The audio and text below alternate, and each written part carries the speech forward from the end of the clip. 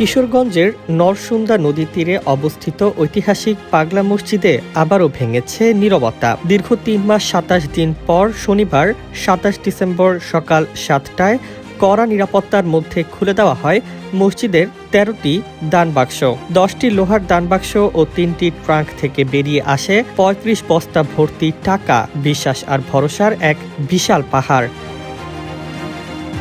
দানবাক্স খোলার পর বস্তাগুলো মসজিদের দ্বিতীয় তলায় নিয়ে ঢেলে দেওয়া হয়। সকাল ৯টা থেকে শুরু হয় গণনার কার্যক্রম। জেলা প্রশাসক মোহাম্মদ আসলাম মোল্লা ও police super doctor S M. Farhad হোসেনের উপস্থিতিতে সারা দিন ধরে চলে এই হিসাবের ব্যস্ততা।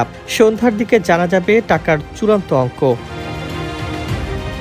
এই বিশাল অঙ্কের দান গুনতে কাজে নেমেছে প্রায় ৫ শতাধিক মানুষ। এর মধ্যে রয়েছেন ৩৫০ জন মাদ্রাসার শিক্ষার্থী, ১৮ জন নির্বাহী ম্যাজিস্ট্রেট, শিক্ষক ও স্টাফ, সেনা, পুলিশ, আনসার সদস্য এবং দৃঢ় বন্ধনের আস্থায় শক্তিশালী স্টিলের আরেকটি নাম জেডএসআরএম।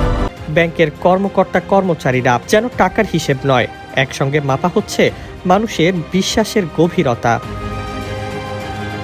পাগলা মসজিদের দানবাক্স মানেই শুধু টাকা নয়, এর সঙ্গে আসে স্বর্ণালংকার, রূপা, বিদেশি মুদ্রা আর অসংখ্য চিঠি। সেই চিঠিতে লেখা থাকে মানুষের কষ্ট, আশা, চাকরির অপেক্ষা, রোগমুক্তির প্রার্থনা কিংবা জীবনের একটু শান্তির আকুতি।